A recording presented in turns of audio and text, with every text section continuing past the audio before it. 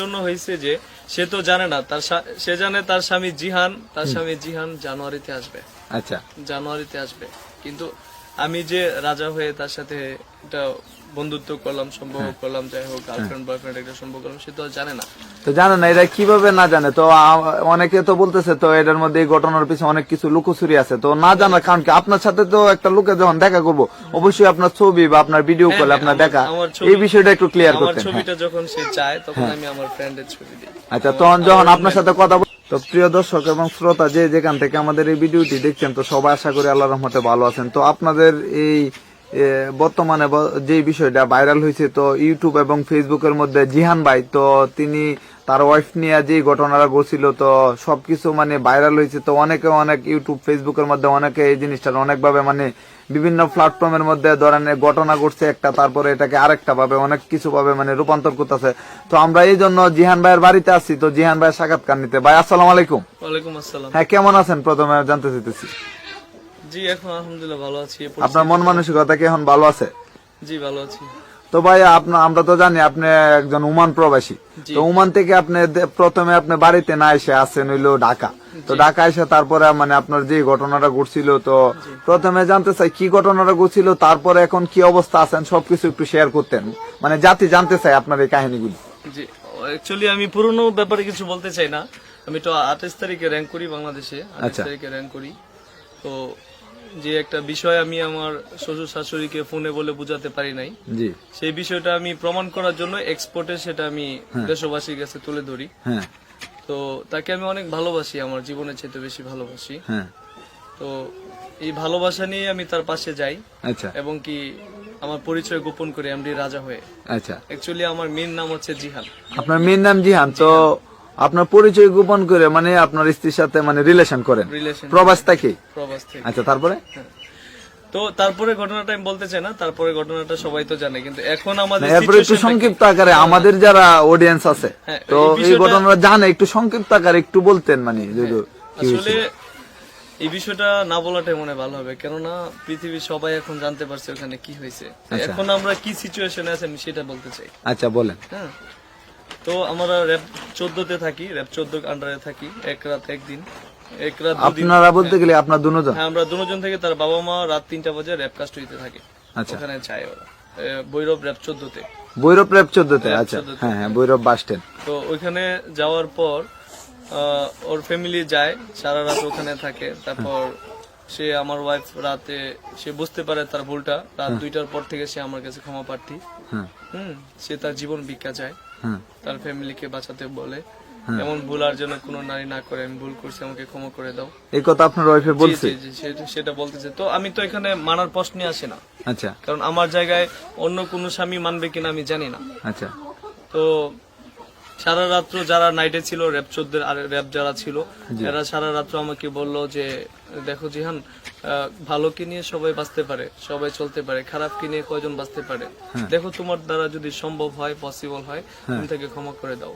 আচ্ছা, তোমার যদি ভাবতে টাইম লাগে তুমি ভাবো, সকাল হইতে আরো 8 ঘন্টা বাকি, তার ভিতরে তোমরা দুজন ভাবো। তারপরে আমি চিন্তা করলাম, যেহেতু জীবনের চাইতেও যাকে বেশি ভালোবাসি, আর এত ভালোবাসে তার জন্য এত কিছু করা, তো সে একটা মিস্টেক তার দ্বারা হয়ে গেছে। এখন সে তার ক্ষমা চাইতেছে, ভুল স্বীকার করতেছে। এখন তাকে মনে হয় বাঁচতে দেওয়াটাই ভালো হবে আর ক্ষমা করে দেওয়াটাই ভালো হবে। তারপর তার ফ্যামিলি বড় ধরনের স্টেটমেন্ট দেয়, ভবিষ্যতে আমার অবাধ্য হয়ে কোনো কাজ করবে না, আমার কথা শুনবে, সারা জীবন আমার সাথে থাকবে। তো আমার যদি কোনো ক্ষতি হয় তার রেফারেন্স ওরা নিবে।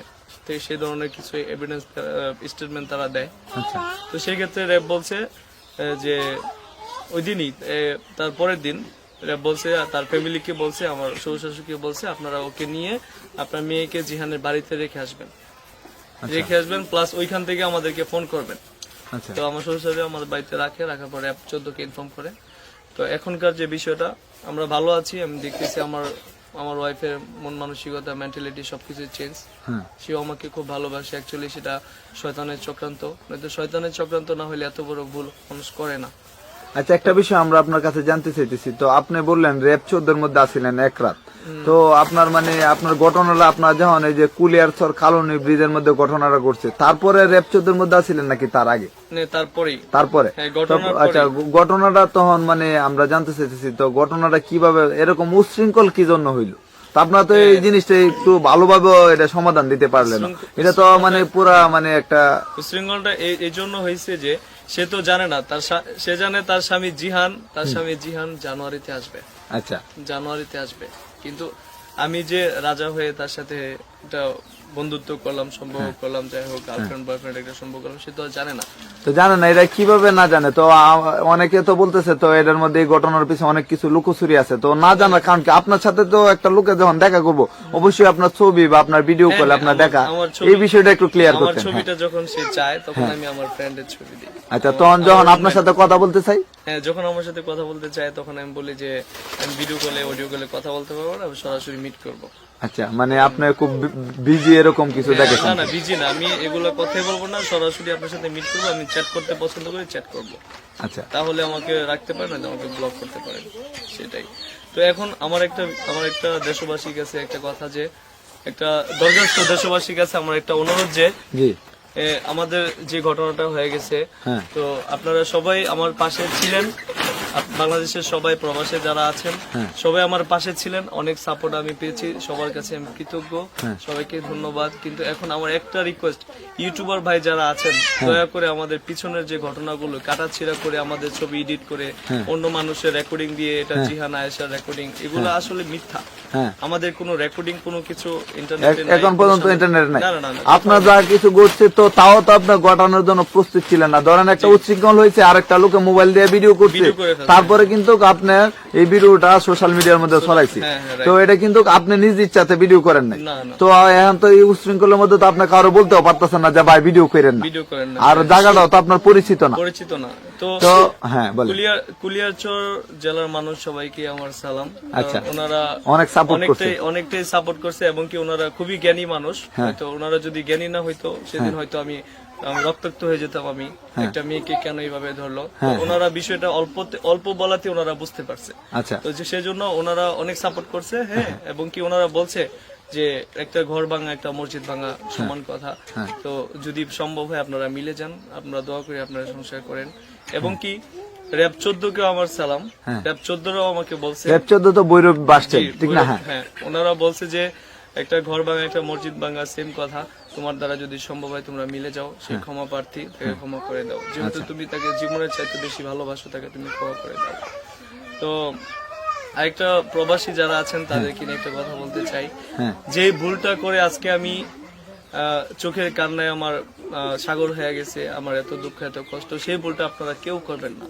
পৃথিবীতে মা হচ্ছে সবচেয়ে বেশি আপন, মা আর বাবার চেয়ে বেশি আপন কেউ হতে পারে না। আচ্ছা, তো আমি যে ভুলটা করি তাকে আমার মা বাবার চেয়ে বেশি ভালোবেসে সেই ভুলটা করি, আমার মতে এই ভুলটা কেউ করবেন না। কিন্তু ভালোবাসা তো মানে একটা ভালোবাসা আছে ভাইয়া, যে মন থেকে একটা ভালোবাসা আছে। আপনি তো মানে ওকে সবকিছু দিয়ে ভালোবাসেন, মানে আপনার মধ্যে কোনো কিছুই রাখছেন না। একটা আমি যতটুকু জানি, আমার ক্ষেত্রে বলি, একটা মানুষের বাঁচতে হলে তার ভিতরে কিছু ভালোবাসা থাকতে হয়। আর আমি তাকে এতটাই ভালোবাসি যে আমার ভিতরে যত ভালোবাসা ছিল তাকে দিয়ে দিছি, নিজে বাঁচার জন্য একটু ভালোবাসা আমি রাখি নাই। আচ্ছা, তো বাংলাদেশে যে মেয়েরা আছেন না, মা বোন যারা আছেন, দয়া করে আপনাদের কাছে একটা রিকোয়েস্ট, স্বামীকে বুঝবেন, ওনাকে সম্মান করবেন, কেয়ার করবেন। তো ভাইয়া আরেকটা কথা আপনার কাছে ক্লিয়ার করতে চাই, তো যেহেতু আপনার ওয়াইফ মানে ইউটিউব ফেসবুকের মধ্যে আপনার ওয়াইফ ভাইরাল হয়েছেন, হ্যাঁ, তো মানে অনেকে তো দেখতে চাই যে আপনার দুইজন যেহেতু মিল হয়েছেন, তো দুইজন একটু একসাথে একটু কথা বলতেন এই বিষয়ে। এইমাত্র আমরা কোর্ট থেকে আসছি, ও ক্লান্ত, ও আসতে রাজি না। আমি ওকে বলছি, কিন্তু আমরা 3-4 দিন আগে একটা ভিডিও করি দুজন মিলে একসাথে।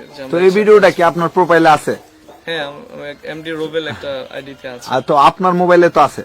তো এই ভিডিওটা মানে আমাদের দর্শক তার সুবিধার ক্ষেত্রে আপনার ওয়াইফ যেহেতু ক্লান্ত, আমাদেরকে একটু দিয়ে দিবেন, কারণ হলো আপনার এই ভিডিওটা যাতে আপনার যাতে আপনার মানে ক্লিয়ার কথাটা জানতে চাই। আরেকটা কথা আপনি বলছেন কি, যে এই যে রেকর্ড গুলি যে ভাইরাল হইতেছে মানে সব ফেক, এগুলো মিথ্যা, মানে আপনার ফোন রেকর্ড গুলি যেগুলি ভাইরাল হচ্ছে সবগুলি ফেক।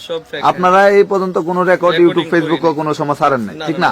আর আপনার মানে আমি যেটা দেখলাম, আপনি এর পরবর্তীতে একটা ফেসবুক লাইভে গেছেন যে বলছেন যে এরকম আপনার সাথে একটা ঘটনা ঘটছে, প্রবাসী ভাইরা যাতে এরকম ভুল আর না করে, তো এরকম একটা সাক্ষাৎকার দিচ্ছেন আর কি। জি জি তো দর্শক আপনাদের একটা কথা বলে রাখি, জিহান ভাইয়ের আর একটা সাক্ষাৎকার আমরা নিব। তো এই সাক্ষাৎকারের মাধ্যমে আমরা অনেক কিছু জিহান ভাইয়ের সম্পর্কে জানবো। তারপরও উনি যে ভুলটা করছে, তো ভবিষ্যৎ যারা প্রবাসী বাইরে আছে এবং বাংলাদেশের যারা আছেন তারা যাতে বউকে এরকম ভাবে ভালো না বাসে, তো এই বিষয়ে অনেক কিছু জিহান ভাইয়ের মুখে শুনবো।